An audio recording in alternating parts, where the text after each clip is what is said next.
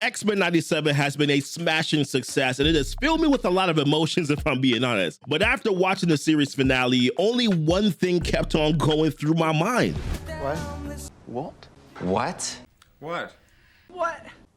What is Marvel going to do next? Now that the X-Men animated series has proven that animated reboots work, it's only natural to think that they're gonna want to start pumping out more of these remakes and more of these reboots. But I'm gonna be honest with you, I am not quite sure that is the best next step for them. And I'll tell you exactly why in this video, detailing out what exactly made X-Men 97 successful, why it would be hard for them to duplicate that, and then one area that I believe that they have the opportunity to be able to take it to the next level in the animation space. Welcome to Keepin' It Comic, and I'm your host, GoofyRhexxi. Now, the X-Men 97 series was everything an animated superhero series should be, right? It had crazy action, some deep emotional moments, compelling villains, surprising cameos, and some really disturbing scenes like this one. Now, Bo DeMayo, the creator of the series and one of the main writers behind the show, is a passionate fan of the X-Men, someone who understands just what the X-Men represents and knows exactly how to best continue the show, adding in some new fresh ideas and then also respecting the original series. And it's not just DeMayo. Dana Vasquez Ebhart said that many of the people who were working on the show were fans of the original X-Men animated series, so they knew exactly what the show should feel like and what exactly to focus on. One of the keys is that the show stayed true to the source material, adapting X-Men-like stories like the House of X, Operation Zero Tolerance, Inferno, Life, Death, and then Fatal Attractions, which honestly I think is one of the best adaptations of an X-Men comic that I've ever seen on screen. That's why the scenes hit harder than usual. That's why we're seeing characters that the movies never really gave time to excel directly in this series. Now, X-Men 97, from all indications, is a special case in my opinion. It was immensely popular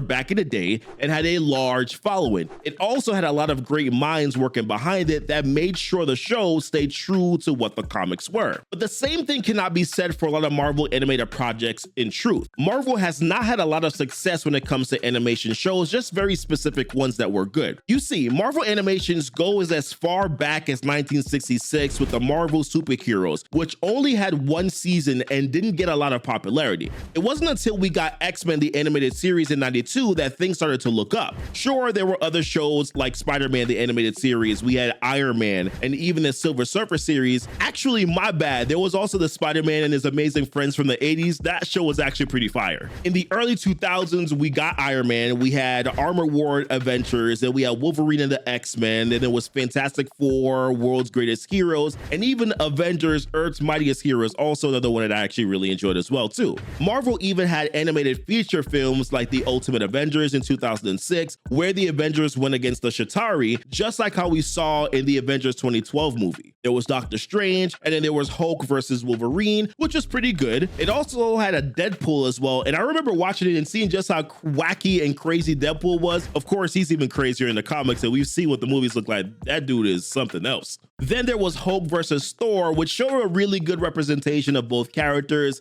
decently enough in the animated format. Now, these animated movies and series were what made a lot of us fall in love with Marvel back in the day, and not only that, but these shows and movies were interesting because they were all comic-centric. Now, in X-Men 97, we could watch episodes adapting various storylines from the comics. The animated feature films often did the same thing as well. Marvel was a major competitor in the animated sector, competing against the likes of DC, which, as you know, is a juggernaut when it comes to animation. But then Disney came along and they sort of changed things up a little bit here. But before I go on, be sure to hit that subscribe button here on the channel. We are trying to get to 1,000 subscribers on this channel so that we can continue to make more videos like this here and other ones on the channel. So hit that subscribe button, also that like button as well, because it definitely helps out the YouTube algorithm. Thank you so much. Now, it should come as no surprise that when Disney purchased Marvel Studios in 2009, a lot of changes started to happen. For one thing, all the previous shows I mentioned earlier, they got canceled. Avengers, Earth's Mightiest Heroes, that was canceled. Wolverine and the X-Men, also canceled. Iron Man Armored Adventures, also canceled. They started putting out new shows like Avengers Assemble, Guardians of the Galaxy, Hulk, and the Agents of Smash, with the plan being to start over with a clean slate. While some audiences did like them, it was definitely not a major success amongst most. For one thing, the showrunners focused on making a show and flooding the world with Marvel content, rather than adapting comic storylines and arcs as you would expect. And I would just keep it 100 with you. Most of the shows, they look bland with no bright colors. There was no additional texture. Everything felt dull and lackluster. It felt like there was no passion involved in making the shows. Marvel was heavily focused on building the MCU, as we know, so I guess it didn't really focus too much on other projects. We saw fewer feature films and projects like the Marvel era, which was probably going to usher in a new age of animated storylines for Marvel, but then got stuffed on the shelf. Now, Marvel era was going to be an anthology series that told stories of Marvel characters across history using different styles of animation for each project. It was going to be a lot like Netflix's Love, Death, and Robots, or like The Boys Diabolical, but ultimately the project itself was scrapped. So with the focus on the MCU and not animation, it meant that animators didn't have a lot to work with. They just had to do the bare minimum, never attempting anything groundbreaking or anything crazy. The animated section at the time became a duplicate of the MCU, and even the comic landscape also became a duplicate of that as well, almost just like copy and paste. But at least their plans worked, right?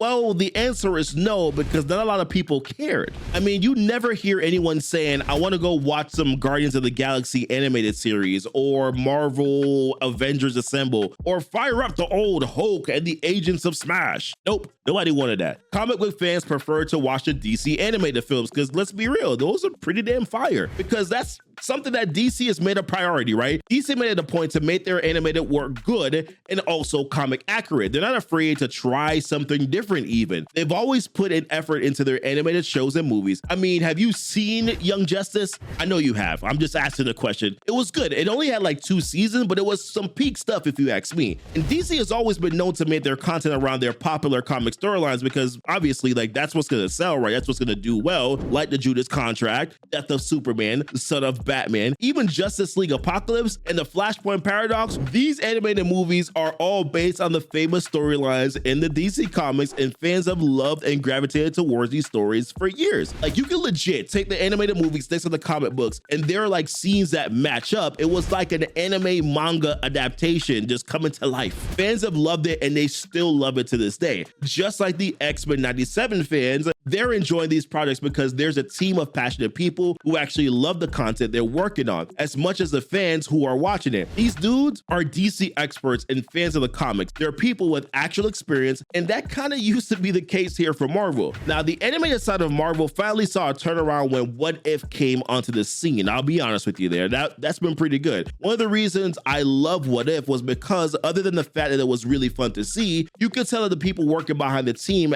actually really cared about the project and were putting a lot of effort into it. These people were fans of the MCU. They've been watching the movies, and they knew exactly what fans wanted to see. A Captain Marvel versus Thor battle? Yeah, come on now, sign me up for that. Ultron destroying the Avengers? Yeah, is that even a question? Marvel zombies? Are you kidding me? Yes, like sign me up for all of that. And look at the popularity of What If. They've given iconic scenes and iconic episodes while reprising the iconic voices and mannerisms of beloved characters. Like it or not, fans are consistently hyped for what they're going to do with the What If concept, and they're looking forward to what Marvel characters might pop up as the show progresses. Fans always want to see it. No one understands this more than Sony. Everyone saw what they did with the Spider-Verse movies, right? Into the Spider-Verse and Across the Spider-Verse. And then look at the video game section of things with the Insomniac Spider-Man games, which you'll agree is also animation, right? Look at how successful that was. Well, kind of, except for parts of Spider-Man 2. A lot of people weren't really happy about that, but let's move on.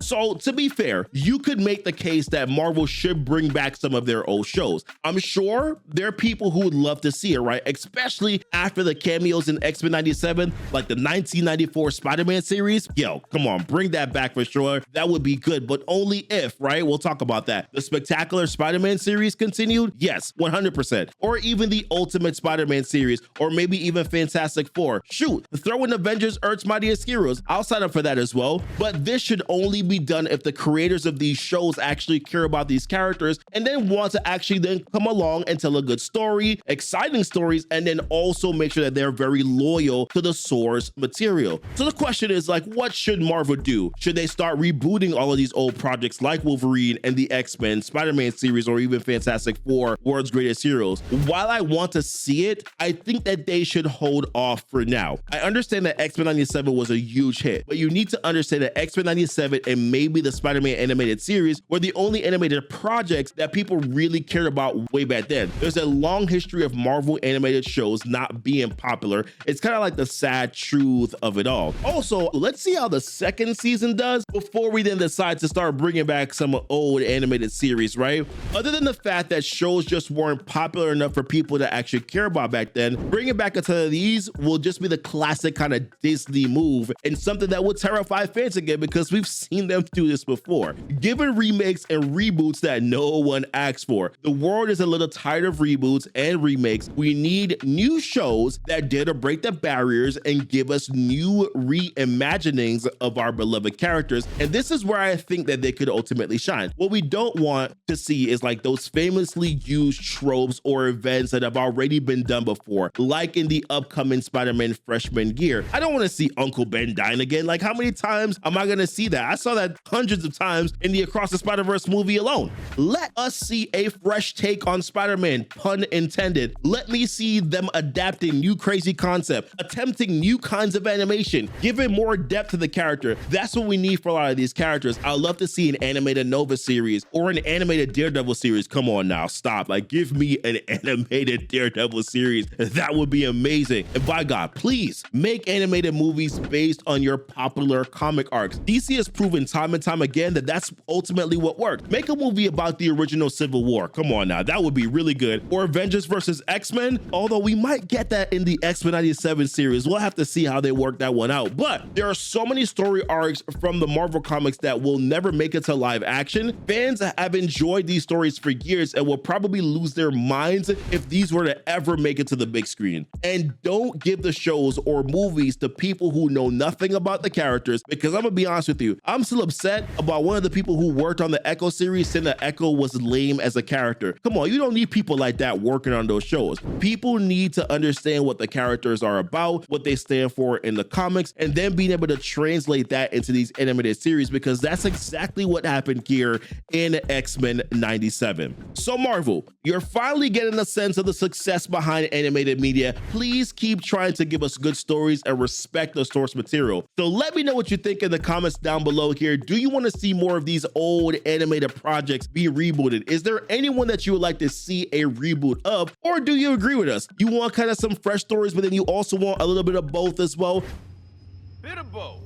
Let us know down below in the comments. Check out our other videos that are here on the channel as well, like this one where we talk about what Marvel did right with the X-Men 97 show. And as always, guys, thank you so much for kicking it with Keepin' It Comic. Bye.